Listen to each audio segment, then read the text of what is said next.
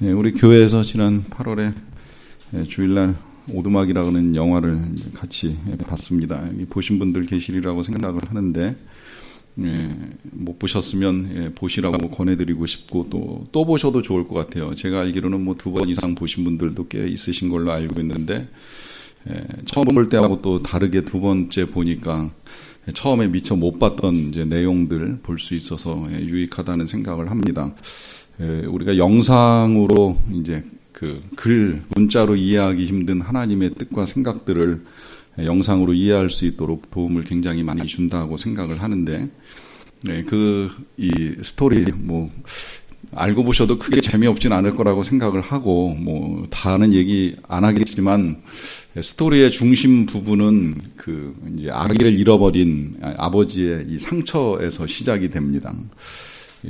사랑하는 막내딸을 납치, 살해당한 그 아버지가 그 상처를 하나님과 함께 이제 처리해 나가는 이제 과정이라고 할 수 있겠는데, 그러다 보니까 이제 그 삼위일체에 대한 이해를 우리에게 주기도 하고 하나님의 생각과 지혜도 우리에게 주기도 합니다만은, 이제 영화의 후반부는 어떻게 그 상처를 치유하고 이제 용서할 것이냐라고 하는 이제 문제를 가지고 길게 다루는 것을 볼 수가 있습니다. 거기서 그 마지막 부분에 다루는 이 상처와 용서, 치유의 문제를 그 삼위일체 하나님이 그 주인공에게 보여주시는 이제 하나님 나라와 연결시켜서 생각을 해볼 필요가 있다는 거예요. 자, 우리가 하나님의 백성으로 구원을 받고 하나님의 나라에 들어갔을 때에 우리의 마음 속에 남아있는 상처들이나 혹은 치유되지 아니한 감정이나 아니면 용서하지 아니한 마음을 가지고 하나님 나라에 들어가는 문제, 갈 수 있느냐 없느냐를 떠나서 이제 그런 마음을 가지고 들어간 그 자리가 하나님의 나라가 될 것인가 하는 이제 질문을 가지고 생각을 해보는 겁니다. 이 질문이 우리가 지난 5번에 걸쳐서 하나님 나라 비유를 보는 것하고 전혀 무관하지 않은 것이, 우리가 지금까지 이제 보았던 하나님의 나라 씨앗으로 심겨지고 누룩같이 자라고 겨자씨같이 커지고, 그래서 때가 이르면 거두는데 이제 마지막에 보니까 그게 그냥 무조건 다 거두는 것이 아니라 알곡은 거두고 가라지는 버리고, 또 좋은 물고기는 거두고 못된 물고기는 이제 버리는 이 일을 통해서 분명히 마지막 순간에 이제 구분되는 일이 일어난다는 거예요. 이제 그걸 쉽게 심판이라고 우리가 이해를 하고 있는데, 그러면 천국에 들어가는 사람과 천국에 들어가지 못하는 사람이 나뉘는 건 틀림이 없는 일인데, 자, 그렇다면 그 구분, 그 심판 앞에 이제 우리는 알곡일까, 가라지일까? 또 좋은 물고기일까, 못된 물고기일까, 또 예수님 표현대로 의인일까, 이제 악인일까 하는 것이 굉장히 중요합니다. 최근엔 그런 묵상도 했어요. 실제 일어날 것이라고는 생각 안 하면서 우리가 굉장히 평안한 시간을 보내고 있지만, 북한이 핵을 개발하고 전쟁이 날 것처럼 이제 들리는 여러 가지 뉴스를 들으면서 전쟁에 대한 두려움이 우리에게 만약에 남아 있다면, 실상은 그것보다 더 두려워해야 하는 것이 지옥인데, 영원한 멸망인데, 이 땅에서 전쟁으로 겪는 멸망은 한순간일 수도 있고 길어야 몇십 년이지만 지옥의 멸망은 영원한데, 돌이킬 수 없는 멸망이고 회복할 수 없는 멸망인데, 그렇다면 우리가 진짜 두려워해야 되는 건 지옥에 떨어지는 거, 천국에 들어가지 못하는 거. 중간은 없다고 하셨고 기회가 없다고 하셨으면 분명히 하나님의 나라에 들어가야 되는데, 이 하나님의 나라에 들어가는 알곡, 과연 내가 그 알곡일까 아닐까, 과연 내가 의인일까 악인일까 하는 문제는 굉장히 중요하다는 것입니다. 그것을 가늠하는 문제는 쉽게 이야기해서 죄라고 하는 것으로 실은 결정이 납니다. 이 죄라고 하는 거, 죄인이면 갈 수 없고 의인이면 갈 수 있습니다. 답은 간단한데 실은 이것조차도 어떻게 보면 또 되게 어렵죠. 과연 내가 죄인이 아니어서 의인으로 갈 수 있느냐, 또 죄인이기 때문에 갈 수 없느냐라고 하는 이제 문제를 질문하게 되면, 그것도 사실은 쉬운 문제는 아니에요. 물론 우리는 기본적으로 그렇게는 알고 있어요. 우리 예수님이 다 용서하셨기 때문에 우리가 의롭다 여김을 받고 하나님의 나라에 들어갈 것이다. 나의 의로 가는 것이 아니라 예수님이 행해 주신 그 모든 일을 믿음으로 말미암아 간다라고 하는 이제 기본적인 복음을 알고 있는데, 그리고 그 복음을 믿으면 간다고 하는 게 이제 오랫동안 우리에게 주입되다 보니까 대부분은 그 정도의 믿음을 가지고 내가 하나님의 나라에 들어간다라고 하는 사실에 대해서 그렇게 크게 의심을 하지 않고 살아갑니다. 그런데 때로 이제 나를 볼 때는 그런 의심이 없는데, 사실은 나를 볼 때 더 큰 의심을 해야 되고 남을 볼 때 의심하는 일이 없어야 되는데, 이제 반대의 경우에 우리는 나를 볼 때 의심을 하지 않지만 때때로 이제 의심스러운 사람들을 교회 안에서 만나는 일이 있어요. 저렇게 사는 사람도 하나님의 나라에 갈 수 있나? 언젠가 예를 들었듯이 직분을 가지고 있으면서 뭐 사기를 치고 거짓말을 치고 음행을 하고 악행을 하고 남을 이용하고 하는 이 온갖 악한 일을 하는 사람도 교회 다니기 때문에, 예수 믿기 때문에, 직분을 가졌기 때문에, 그가 신앙생활을 수십 년 동안 했기 때문에, 모태신앙으로 태어났기 때문에 갈 수 있느냐 하는 이 질문을 하게 되면 답을 쉽게 못 하잖아요.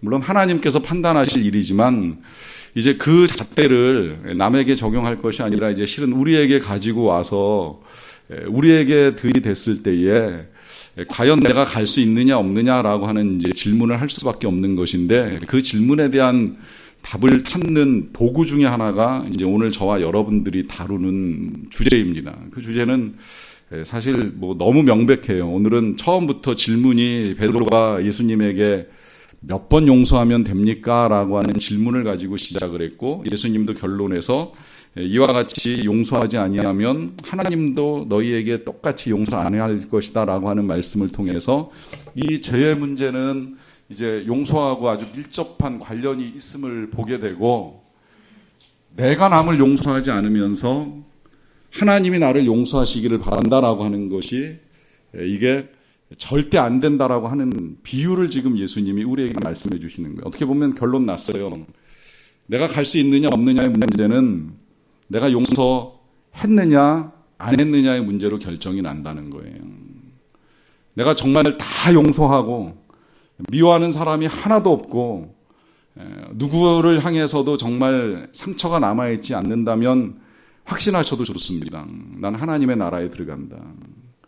왜? 그것이 하나님이 우리에게 지금 약속하신 것이고 우리가 매일같이 드렸던 주기도고, 그것이 마치 조건처럼 이 천국의 기준으로 달려있기 때문에 이 부분이 굉장히 중요하다는 거예요. 이제 그래서 사실 이 문제가 별거 아닌 것 같지만 굉장히 중요한 문제로 오늘 다시 한번 또 저와 여러분들이 다루게 되는데요. 자, 다루면서 사실은 이제 개인적으로 또 좀 어렵다는 생각을 다시 하게 되는 건, 뭐 많이 들어보신 분이 없으실 것이고, 또 영화를 통해서도 이제 한번 이제 봤고 하다 보니까 이걸 이제 또 어떻게 다루어야 되느냐라고 하는데, 그럼에도 불구하고 지금 말씀드린 대로 이 주제는 굉장히 심각하고 중요한 주제이니 오늘 이 기회를 통해서 사실은 그런 생각도 있어요. 이 짧은 시간에 이 주제가 다 해결될 수 있을까라고 하는 어려움도 있습니다만, 최대한 압축해서 이제 전달을 해드리려고 하는데, 이 기회가 또다시 하나님께서 우리에게 손길을 내미시는 구원의 기회다라고 하는 생각을 하시고 들으시고 이제 들으신 대로 행하실 수 있으면 좋겠다라고 하는 생각을 하게 됩니다. 주제를 다루면서 또 어렵다라고 제가 말씀을 드리는 이유 가운데 한 가지는 그 자체가 어려워요. 용서 자체가 누구에게나 힘든 일입니다. 용서, 이게 쉬운 것 같지만 쉬우면서도 되게 어려운데요. 이제 그래서 오늘은 이렇게 접근을 좀 해 봐야 되겠다라는 생각을 했어요. 그건 뭐냐면, 용서가 어려운 이유와 그리고 용서에 대한 이제 오해를 먼저 좀 이렇게 풀어나가면, 그러면 우리가 용서의 문제를 좀 더 쉽게 다루면서 하나님의 은혜 가운데 갈 수 있지 않을까라고 하는 생각을 합니다. 자, 그래서 오늘은 1차적으로 좀 구분을 해서 말씀을 좀 나눴으면 하는 생각이 있는데요. 일단은 우리가 용서에 대한 이제 몇 가지 오해들이 있습니다. 그 첫 번째로 이제 이야기하고 있는 것은, 어떻게 보면 오늘 이것이 이 베드로의 질문이라고도 생각이 되는데요. 베드로는 예수님께 나와서 질문을 했어요. 형제가 내게 죄를 범하면 몇 번이나 용서합니까? 7번까지 하면 됩니까? 라고 하는 질문을 했는데, 이 질문 자체는 베드로가 굉장히 마음을 넓게 쓴 거예요. 당시에 이 바리새인들은 규정하기를 용서는 2번이면 족하다. 3번부터는 율법대로 눈에는 눈, 이에는 이로 갚으면 된다. 이제 이렇게 가르쳤고, 바리새인들보다 조금 여유로웠던 랍비들이 가르칠 때에는 3번까지 규정을 했어요. 3번까지. 그러니까 3번까지는 용서해라. 3번까지는 참아라. 이제 이렇게 이야기하다 보니까 베드로는 그 앞서서 지금 요 베드로와 예수님의 대화가 이미 예수님께서 용서의 문제를 가지고 다루시고 난 다음에 나름 그럼 한 7번이면 이제 인정해 주시겠지 하는 이런 마음, 또 7번은 완전 수이고 7번은 하나님의 수니까 7번까지 하는 게 완전하고 완벽하지 않겠는가 싶어서 7번이라는 질문을 가지고 나와서 예수님께 여쭈는 겁니다. 이제 이 출발점, 이 오해가 여기서부터 시작이 되는 거예요. 7번이라는 한계까지 참으면 용서하는 거 아니냐, 내지는 7번이라는 조건, 여기까지만 참으면 되는 거 아니냐라고 하는 것인데, 예수님이 진리를 가르쳐 주실 때에는 이 한계와 조건을 뛰어넘습니다. 뭐라고 말씀하세요? 70번씩 7번뿐 아니라 70번씩 7번이라도 할 것이니라. 숫자로 따지면 490번이고, 이 490번이라는 건 490번까지 참고 이제 헤아렸다가 491번째는 절대 용서 안 해도 된다, 이런 의미가 아니잖아요. 그러니까 결국은 한계가 있는 거예요, 아니에요? 한계가 없어요. 조건이 없다는 거예요. 결국은 용서는 어떤 조건에 따라 하는 것이 아니라 무조건적으로 해야 된다는 겁니다. 이건 중요하니까 일단 여기까지 이해하시고, 한 가지 이제 용서에 대한 또 하나의 오해가 보니까 참는 것이라는 오해가 있더라고요. 참는 것이라는 오해. 그러니까 상대방이 나를 힘들게 했을 때, 내 마음에 상처를 줬을 때에 참으면 그게 용서다, 이렇게 생각을 하는 거예요. 그리고 그거 한 2번, 3번 참으면 잘했다고 생각을 하거나, 아니면 참을 만큼 참았다고 생각을 하고, 그 3번, 4번 참았을 때까지 이제 더 이상 참을 수 없는 일이 일어나게 되면 그 다음에는 이제 내가 분노하거나 내가 미워하거나 내가 용서하지 않는 걸 정당화하는 일이 일어납니다. 여러분, 용서는 참는 게 용서는 아니라는 거예요. 그게 왜 참는 게 용서가 아니라고 말씀을 드리냐면, 참는 데는 이유가 있어요. 왜 참는지 아세요? 그것은 상대방에 대한 기대가 있습니다. 무슨 기대예요? 내가 이렇게 참았으니까 그가 그걸 멈출 것이다. 그걸 안 할 것이다. 그 행동을 바꿀 것이다. 그가 달라질 것이다. 그가 변화될 것이다 라고 하는 기대를 가지게 됩니다. 나의 인내로 인해서. 그러나 우리가 경험해봤지만 그런 일이 일어납니까? 안 일어납니까? 거의 안 일어나죠. 내가 참는다고 해서 그 사람이 변하지 않는다는 거예요. 이게 이제 어떻게 보면 용서에 대한 이제 또 하나의 오해인데, 용서는 상대방을 변화시키는 것이 아니라는 거예요. 이게 오해예요. 내가 참음으로 인해서 그가 변화될 것이다, 그가 달라질 것이다, 그건 용서 아닙니다. 그러니까 이게 지금 우리가 잘못 알고 있는 거죠. 혹시라도 이런 생각 가지고 있으면 이게 이제 변화뿐만이 아니라 또 내가 참거나 그 용서하면 그가 나에게 어떤 보상을 해줄 것이다라고 생각하는 것도 실은 다 오해라는 거예요. 여러분들이 누군가를 용서해도 그가 변화될 가능성도 많지 않거니와 그가 나에게 보상, 이 보상은 여러 가지인데 특히 이제 우리가 기대하는 보상은 그가 미안해, 내가 잘못했어라고 사과하는 일이 일어나는 것인데, 그와 같은 일이 일어날 가능성도 거의 없어요. 그러니까 용서는 사실은 보상을 바랄 수 없는 거예요. 기대할 수 없는 거예요. 더더군다나 우리가 기대하는 보상이나 변화 가운데 지금 말씀드린 대로 상대방이 참회하거나 상대방이 사과하는 것까지 기대하지만, 실은 그 사람은 내가 얼마나 큰 상처를 받았는지 아픔을 겪는지조차도 모를 수 있기 때문에 그런 변화를 기대하는 거 쉽지 않다는 겁니다. 그러다 보니까 또 그 다음에 이제 우리는 용서를 안 하고 어떤 생각을 갖게 되느냐면, 이제 그 복수심을 갖게 되는데, 이 복수심을 표현할 수도 있고 안 할 수도 있어요. 이제 복수의 방법을 찾는 방법은 사람마다 조금씩 다 다른데, 다만 이 복수심 속에 이제 뭐가 포함이 되어 있느냐면, 내가 용서를 하는 건 내 인격에 손상을 가져오거나 아니면 내 자존심에 손해를 입히는 일이라고 하는 생각을 가지고 있습니다.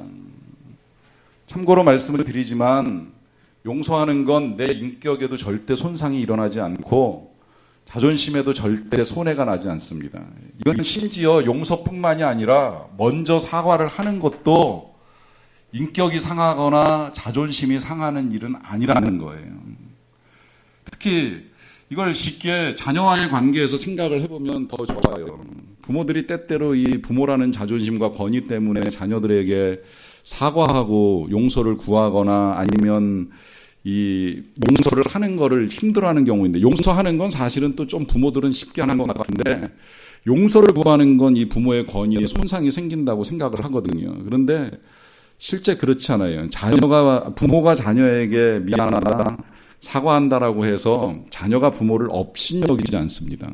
오히려 그런 부모를 존경합니다. 그러니까 이 사과하거나 용서를 하는 것 자체가 우리의 인격이나 자존심에 손상을 가져오는 것이 아니라 오히려 반대일 경우가 훨씬 더 많아요. 내 자존심 지키기 위해서 용서하지 않고 화해하려고 시도하지 아니하면 이제 그게 오히려 더 힘든 관계를 가져올 수 있다는 겁니다. 그 다음에 이제 또 하나 용서를 못하는 이유 중에 하나라고도 할 수 있겠는데, 용서를 하게 되면 상대방이 정당화되거나 상대방이 합리화되는 거 아니냐라고 하는 생각을 합니다. 특히 이제 이것이 그 개인 간의 관계에서도 나타나지만 사회 문제에 있어서도 그래요. 사회 문제에 있어서도 악인을 용서할 때에 그렇게 용서를 쉽게 해버리면 사회 질서가 어떻게 유지되느냐, 악인은 감옥에 가거나 형벌을 받는 게 당연한 거 아니냐, 이제 이런 생각을 가지고 우리의 용서가 상대방의 악행을 정당화시켜주거나 합리화시켜주는 일이 아니냐라고 하는 이제 이런 오해를 하게 되는데요. 자, 이런 오해를 그러면 이제 어떻게 우리가 풀어나갈 것이냐라고 하는 것인데요. 일단 몇 가지로 좀 정리를 해보도록 하겠습니다. 일단 용서는 무조건적으로 하는 거, 이제 이거 본문에서 다시 한번 정리하게 될 터이니까 조금 이따 다시 보기로 하는데요. 일단은 용서를 통해서 용서를 하기 위해서 우리에게 필요한 거는 이 상대방의 변화나 보상을 기대하는 것이 아니라 용서는 자신의 변화를 기대하는 거예요. 여기서 자신의 변화라고 하는 건 우리의 마음을 바꾸는 작업입니다. 그러니까 이 용서라고 하는 것이 상대방의 마음을 바꾸기 위해서 진행되는 작업이 아니라 내 마음을 바꾸기 위해서 진행되는 작업이라고 하는 거예요.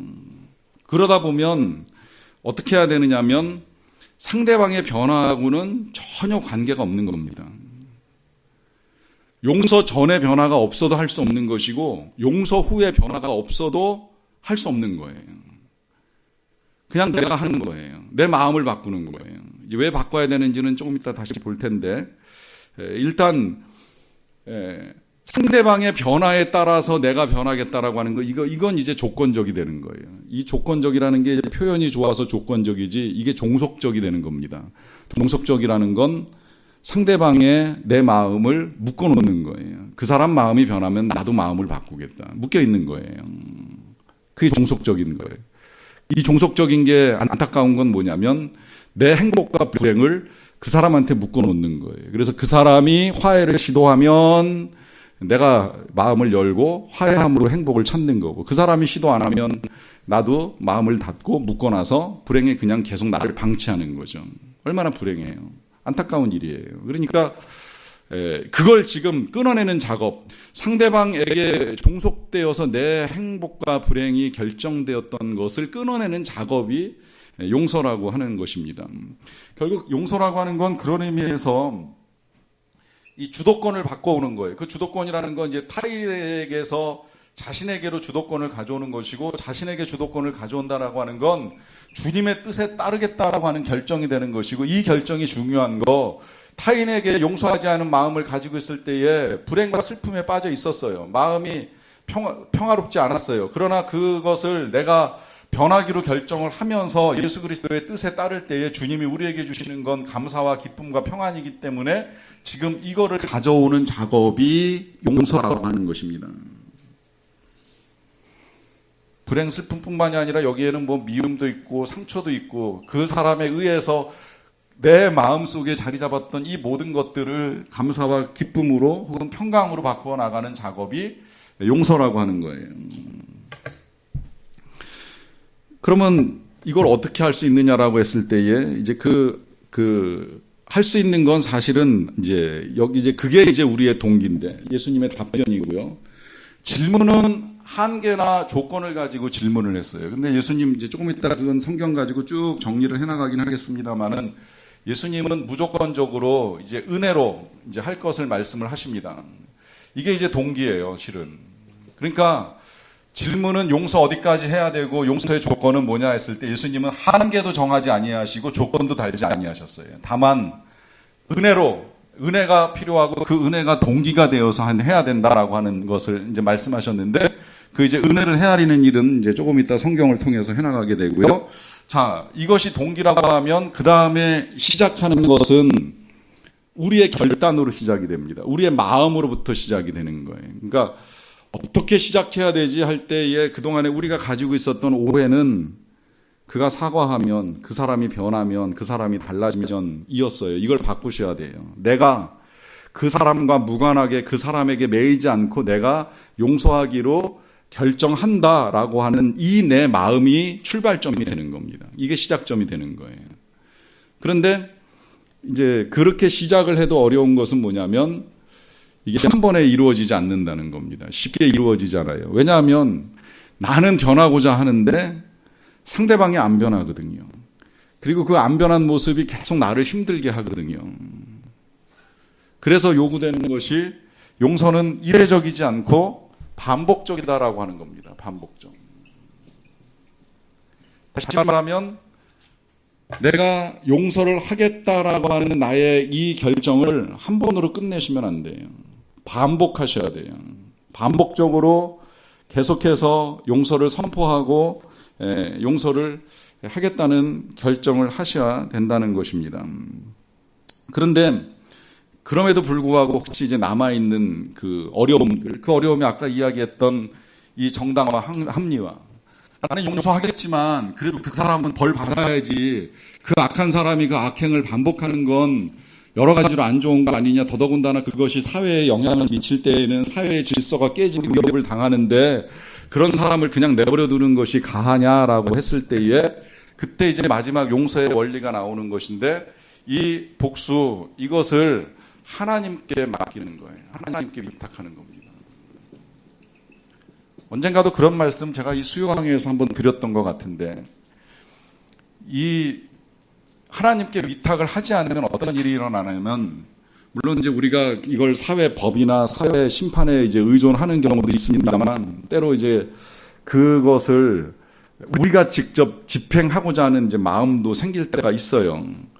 그 마음이 처음엔 의에서 출발해요. 상대방의 불의함과 상대방의 죄악과 잘못으로 인해서 내가 이와 같이 하는 것이 마땅하다라고 하는 생각을 할 수 있어요. 그러나 그 생각이 행동으로 옮겨지는 과정 중에 우리가 불의함에 빠질 수 있는 가능성이 굉장히 크다는 거예요. 또 하나의 악이 저질러진다는 겁니다. 이게 무서운 거예요. 그러니까 우리가 악을 해야 하는 과정 중에, 악을 처리하는 과정 중에 우리도 악해질 수 있다는 거예요. 그래서 로마서에서 사도 바울을 통해 주님이 당부하신 것, 선으로 악을 이기라고 당부하시는 것이 거기에 있는 거예요. 왜냐하면 악을 잘못 다루면 우리도 악해질 수 있기에. 그런 우리가 악하게 되면 우리도 하나님 나라 백성이라고 감히 말할 수 없기 때문에 그 악을 다뤄야 된다고 할 때는 어떻게 해야 되느냐? 그걸 하나님께 맡기는 겁니다. 그런데 이제 문제는 이 하나님의 그 악을 처리하는 방식이 우리가 기대하는 거하고 좀 다르게 나타나요. 왜냐하면 우리는 즉각 하나님의 그 보응을 기다리는데 하나님은 그렇게 안 하시거든요. 시간이 걸려요. 시간을 두고 이 일을 처리하세요. 여기 여러 가지 또 이유가 있죠. 하나님은 그래도 그 악인을 사랑하시고 또 그 악인이 다시 참회하고 회개하고 돌아오고 회복하기를 기대하고 계시니까 이제 기회를 또 주시는 거예요. 우리가 사실은 어쩌면 그 기회를 힘입고 살아가는 악인일 수도 있는 것인데 그 기회를 기다리시는 동안에 시간이 걸리다 보니까 이제 우리 마음속에 굉장히 답답함이 남습니다. 어떻게 하나님이 이 모든 일을 판단하시고 심판하시리라고 하는 믿음을 가지는 일, 이것이 하나님께 위탁입니다. 그리고 분명히 때가 이르면, 지금 알 수 없잖아요. 그야말로 금을 거둘 때에 아니면 추수할 때에 하나님이 가르십니다. 그건 하나님이 하실 일이에요. 그러니까 이 모든 것들을 다 하나님께 맡길 때에 우리가 이루어갈 수 있는 일이라 하는 말씀입니다. 성경을 통해서 다시 한번 좀 정리를 해보도록 할게요. 21절부터 읽어나가면서 보도록 하겠습니다. 그때에 베드로가 나와 이르되 주여 형제가 내게 죄를 범하면 몇 번이나 용서하여 주리이까 7번까지 하오리이까. 이게 이제 베드로는 충분하지 않나 이렇게 생각을 한 거예요. 그 정도면 될 거라 생각을 했어요. 그러자 예수께서 이르시되 내게 이르노니 7번뿐 아니라 7번을 70번까지라도 할지니라. 그러므로 천국은 그 종들과 결산하려 하던 어떤 임금과 같으니 그래요.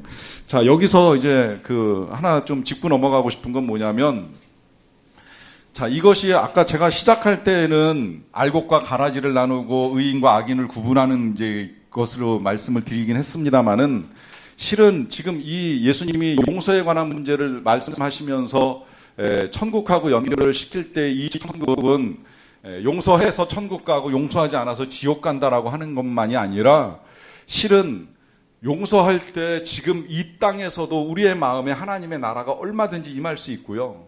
용서하지 않으면 우리의 마음이 누군가에게 매여 있는 지옥 같은 삶이 될 수도 있다는 거예요. 그러니까 여기서 천국은 이와 같으니라고 말씀하셨을 때에 이 천국은 용서를 통해서 이 땅에서 누리는 하나님의 나라까지 우리가 경험하기를 예수님이 원하신다는 겁니다.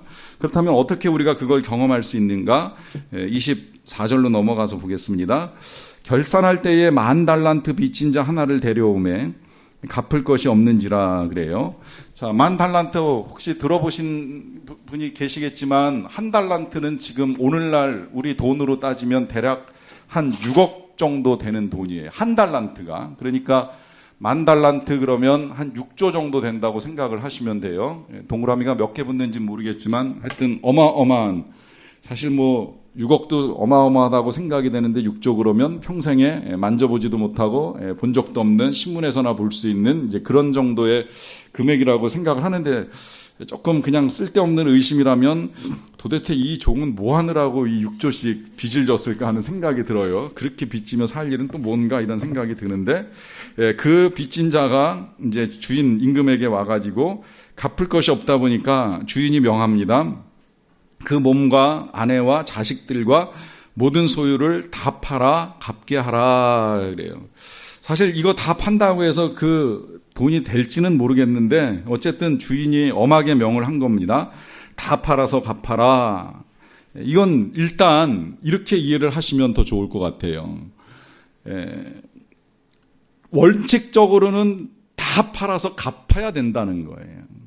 거저 용서가 되는 것이 아니었다는 의미가 되는 겁니다. 거저 탕감해 주시는 것이 아니에요. 원래 원칙적으로는 다 팔아서 갚는 것이 맞는데, 그런데 이제 종이 여기서 태도가 좋았어요. 26절에 보면 그 종이 엎드려 절하며 이르되 내게 참으소서 다 갚으리이다 그래요. 다 갚으리이다. 이거를 사실은 이 우리의 구원과 천국의 문제하고 연결을 시키게 되면은 이렇게 이해를 하셔도 좋을 것 같아요. 실은 다 갚겠다는 이 고백은 내가 열심히 수고하고 노력해서 어떻게든 최선을 다하겠다라고 하는 고백을 하는 거예요. 실은 우리의 삶에 그것이 필요해요. 우리가 그냥 거저 하나님께 나아가서 십자가로 말미암아 용서를 받았다가 아니라, 실은 내 힘으로 말씀에 따라서 살아보려고 수고와 최선을 다 해서 한번 천국에 들어갈 준비를 해볼게요 라고 하는 일이 있어야 돼요. 그런데 막상 그렇게 하고자 하면 할 수 없는 우리를 발견하게 되는 거죠. 아, 내 힘으로는 진짜 안 되는구나. 더 절망하게 돼요. 그때 예수님의 은혜가 이제 우리의 은혜가 되는 거예요. 예수님의 고난이 우리의 은혜가 되는 거죠. 아, 내 힘으로는 도저히 이룰 수 없는 일, 내 힘으로는 도저히 갚을 수 없는 이 빚을 예수님이 갚아주셨구나. 실상 그대로 예수님이 그래서 십자가 위에서 다 이루었다 말씀하시는 건 다 갚았다는 거예요. 우리의 죄값을 다 갚아주셨다는 거예요. 그럴 때에 이게 이제 진짜 은혜가 되고 감사가 되는 것인데, 지금 그나마 이 종이 이제 잘한 부분이 있다면 바로 이겁니다. 의지를 보여준 거예요. 내가 다 갚겠습니다 하니까 그 주인이 27절에 보시게 되면 그 종의 주인이 불쌍히 여겨 놓아보내매 그 빚을 탕감하여 주었더라 그래요. 자, 여기에 이제 용서의 중요한 원리 하나가 더 튀어나옵니다. 그건 뭐냐면 이 주인이 탕감해 준 동기가 하나 있어요. 그 동기는 뭐예요? 불쌍히 여긴다라고 하는 거예요. 불쌍히 여김. 굉장히 중요합니다. 여러분 정말 마음으로 용서가 안 될 때 잘 보세요. 그 사람을 잘 보세요. 잘 보시면 그 사람 안에 있는 불쌍한 부분이 보이기 시작을 해요. 어떤 사람이 제일 용서하기 힘들었던, 내적 치유할 때 제일 용서하기 힘들었던 사람 중에 군대 고참 이야기하는 사람이 있어요. 굉장히 괴롭힘을 받았나 봐요. 특히 교회만 가려고 그러면 너 예수 믿어? 너 교회 다녀? 그럼 내가 더 그냥 둘 수 없어 그러고서 엄청나게 하여튼 괴롭힘을 당한 것 같아요. 이미 그 훈련도 받고 치유도 받고 했는데도 치유하는데 그 사람을 용서하는데 굉장히 시간 걸렸다고 말씀하시니까요. 그런데 어느 순간 은혜를 받고 다시 그 사람을 이렇게 들여다보니까 아주 오래전에 같이 군생활하면서 고참이지만 내가 널 왜 미워하는지 알아? 그러면서 했던 말 한 가지가 생각이 나더래요. 그게 뭐냐면 어렸을 때 자기 아버지가 교회를 다녔는데 이 아버지가 그렇게 자기를 괴롭히고 때리고 하는 게 이제 힘들었던 거예요. 그러니까 이 사람 평생에 내가 고등학교 졸업하면 빨리 자원해서 군대 갈 것이다. 아버지의 손에서 벗어난다. 저 예수 믿는 아버지에서 내가 빨리 탈출을 해야지. 그러고 군대를 왔다는 거예요. 그래서 본인 군대 와서 자유를 얻은 데다가 예수 믿는 사람을 만나니까, 쫄병을 만나니까 그동안에 자기가 아버지로부터 받았던 그 상처를 그 한 사람에게 다 쏟아내는 거예요. 그래서 이 사람이 그 고참한테 굉장히 고생을 했어요. 그래서 제대하고 나서도 제일 힘든 사람이 그 사람이었는데 그 사람에 대한 기억을 지우는 거였는데 은혜 받고 나서 생각해 보니까 그 고참이 불쌍하다는 생각이 들다는 거예요. 그 어렸을 때 아버지로부터 받았던 학대, 아버지 때문에 예수님을 못 만나고 예수님을 미워하고 한 이 모든 것들을 생각해 보니까 너무 불쌍하면서 자기 입에서 고백이 나오더라는 거죠. 이젠 용서하겠습니다. 이젠 내 마음에서 놓겠습니다.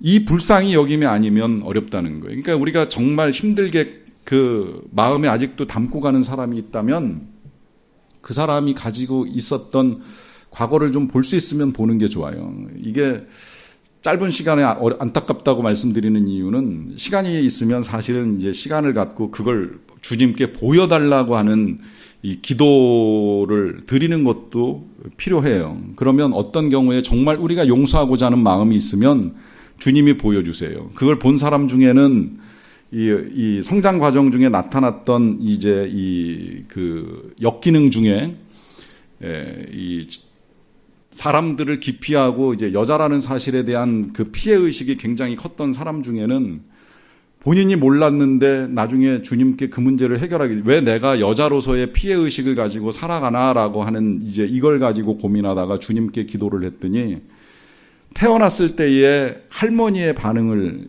주님이 보여주시는 일이 있었대요. 자신이 처음 딱 태어났을 때 할머니가 자신을 들여다보면서 또 딸이네 이 말. 여러 명의 딸 중에 또 태어난 딸이라는 것 때문에 할머니가 그런 표현을 사용하고 그것에 따라서 어머니가 자신을 3일 동안 방치하면서 젖을 물리지 않았던 것에 대한 상처가 평생 남아서 이제 이게 평생 여성이라는 것에 대한 피해의식을 가지고 성인이 돼버린 거예요.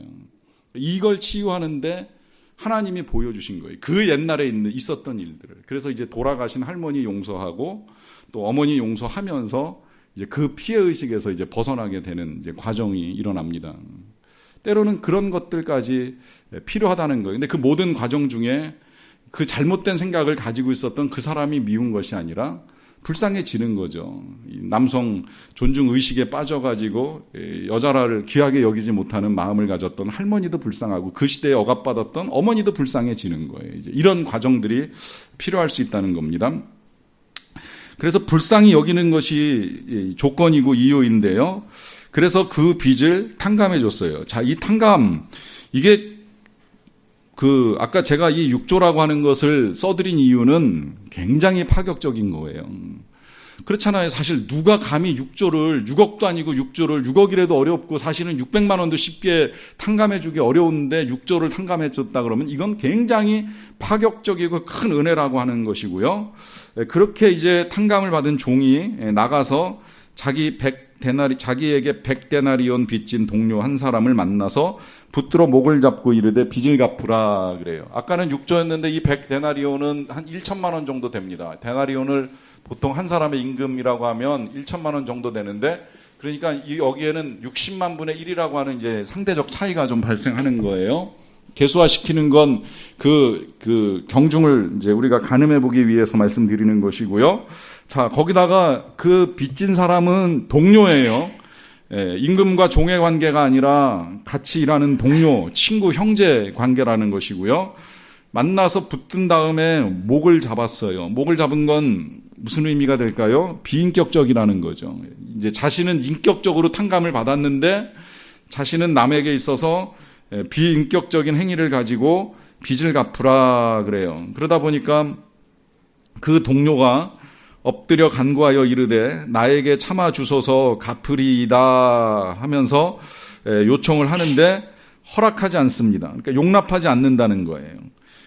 그리고 이에 가서 그가 빚을 갚도록 옥에 가두는 일이 일어났습니다. 그러다 보니까 이제 그 동료들이 옆에서 보기에 이건 아니다 싶어가지고 그것을 보고 몹시 딱하게 여겨서 주인에게 가서 그 일을 다 알리니 이에 주인이 그를 불러다가 말하되 악한 종아 네가 빌기에 내가 네 빚을 전부 탕감하여 주었거늘 내가 너를 불쌍히 여김과 같이 너도 네 동료를 불쌍히 여김이 마땅하지 아니하냐 하고 주인이 노하여 그 빚을 다 갚도록 그를 옥졸들에게 넘기니라 그래요. 자, 이 말씀은 뭐 그냥 써 있는 그대로 쉽게 이해는 된다고 생각을 해요. 그런데 다만 제 안에 쓸데없는 이제 의심이 든 건 뭐냐면 도대체 이 임금은 그 10,000달란트 다 탕감해줘서 내보냈는데 뭐 이제 와가지고 또다시 이 종을 잡아다가 옥에 가두는가 하는 생각이 들었어요. 한번 탕감해줬으면 끝이지 왜 다시 옥에 가두는가. 여러분, 이게 지금 우리가 그리스도의 은혜를 다루는 우리 마음이다라고 하는 생각입니다. 우리가 한번 용서받았으면 됐지 또 왜 우리의 죄를 가지고 자꾸 우리를 괴롭히시는가, 우리를 자꾸 감옥에 가두시려고 하는가. 실은 하나님이 우리의 죄를 가지고 우리를 다시 감옥에 넣거나 지옥에 던지고 싶은 생각을 가지고 계시지는 않는다고 저도 생각을 합니다. 그러나 하나님이 그런 사랑과 자비를 베푸셨다고 해서, 그렇다고 해서 우리가 탕감받았다는 사실, 용서받았다는 사실까지 잊어버리면 안 된다는 거예요. 이 사람이 지금 왜 자기 동료를 감옥에 집어넣어요? 자기가 탕감받은 걸 잊어버린 거예요. 자기가 10,000달란트라고 하는 어마어마한 금액을 용서받은 것을 잊어버리니까 이 100데나리온 빚진 자를 용서하지 못하는 거예요. 이 일이 수없이 일어납니다. 우리는 하나님께 한번 용서해 주셨으면 될 일이지 뭘 그걸 가지고 또 다시 감옥에 집어넣고 괴롭히십니까 말할지 모르겠지만, 우리는 많은 경우에 다른 사람의 죄를 붙들고 끝까지 그걸 용서하지 않기 위해서 물고 늘어지는 일이 일어날 수 있다는 거예요. 근데 그 일이 진짜 우리를 힘들게 하는 건 뭐냐면, 지금 이 사람이 감옥에 갇혔어요. 친구 감옥에 가두었다가 자기가 감옥에 가두었어요. 이걸 우리가 잘 생각을 해볼 필요가 있어요. 용서를 긴 시간 동안 중요하게 이렇게 저렇게 설명하고 말씀드리는 이유는 바로 여기에 있습니다. 용서는 내가 나를 감옥에 집어넣는 거예요. 내가 나를 묶어놓는 행위예요. 그 사람 때문에 나를 묶어놓고 나를 움직이지 못하게 만드는 거예요. 이게 용서하지 아니하는 우리들에게 임하는 정서적인 대가입니다. 그러다 보니까 이제 결론으로 예수님이 말씀하십니다. 너희가 각각 마음으로부터 형제를 용서하지 아니하면 나의 하늘 아버지께서도 너희에게 이와 같이 하시리라 그래요. 자, 표현 자체가 굉장히 조건적으로 들립니다. 우리가 용서해야 하나님이 우리를 용서하신다. 어떻게 보면 우리가 주님 가르쳐 주신 기도를 드릴 때에도 이제 그런 느낌, 우리가 우리에게 죄 지은 사람을, 잘못한 사람을 용서하여 준 것 같이 우리의 죄를 용서해 달라고 하는 이 기도가 굉장히 조건적으로 들릴 수 있어요. 여러분, 이건 조건적인 것이 아니라 우리가 조건적으로 만든 겁니다. 하나님은 지금도 우리를 무조건적으로 용서하는 걸 원하세요. 무조건적으로 용서하시려고 예수님이 십자가에서 죽으신 거예요. 그런데 우리가 조건을 달면 하나님도 그렇게 하시겠다는 거예요. 그러니까 지금 이 사람, 네가 내 빚을 다 갚아야지 나갈 수 있다라고 하는 조건을 달면 이 임금이 이 사람에게 똑같이 그럼 너도 좋다. 너도 그러면 감옥에 들어가라 하는 거와 똑같이 우리가 조건을 달면 하나님도 조건을 다시겠다는 거예요. 그러니까 무슨 이야기가 돼요? 우리가 무조건적으로 용서함 받은 것 같이 무조건적으로 용서를 해야 된다는 겁니다. 마지막으로 한 가지만 더 말씀을 드릴게요. 용서에 대한 오해 가운데 한 가지라고도 할 수 있는데 용서하면 화해해야 된다고 생각을 합니다. 용서하면 신뢰해야 된다고 생각을 하는데 거기까지는 할 필요 없어요. 안 해도 돼요. 화해는 어렵습니다. 왜냐하면 아직 내가 변한 거지 상대방이 변한 게 아니기 때문입니다. 상대방이 화해할 마음이 없고 상대방이 신뢰의 대상이 아직 되지 못한 상태에서 화해를 시도하고 신뢰하는 건 또 다른 상처를 만들 수 있기 때문에 지금 하나님이 우리에게 요구하시는 용서는 화해하라, 신뢰하라 말씀하시는 것은 절대 아니에요. 이제 그게 거기까지 우리가 생각을 하다 보니까 어렵다고 생각을 하는데 지금 하나님이 우리에게 말씀하시는 건 말 그대로 마음으로부터, 여기 표현 그대로예요. 마음으로부터 용서하는 거예요. 너의 행동이나 너의 삶, 너의 태도 전혀 상관없이 네가 나에게 화해를 시도하거나 사과를 하거나 하는 것을 하지 않는다고 할지라도 나는 너를 용서한다 하는 선포를 시작하는 겁니다. 힘들면 반복하는 겁니다. 어려우면 그를 불쌍히 여기고 이해하기 위해서 그가 왜 그렇게 할 수밖에 없었는지 하나님께 보여달라고까지 하면서 하나님의 힘을 구하는 겁니다. 그때 우리에게 용서할 마음이 임하고 그 용서할 마음을 가지고 용서하면 진짜 하나님이 주시는 자유를 누리면서 우리가 하늘나라를 이 땅에서 경험하게 됩니다. 이와 같은 은혜가 저와 여러분들께 임하기를 간절히 축원합니다. 같이 잠깐 찬양하고 같이 기도하고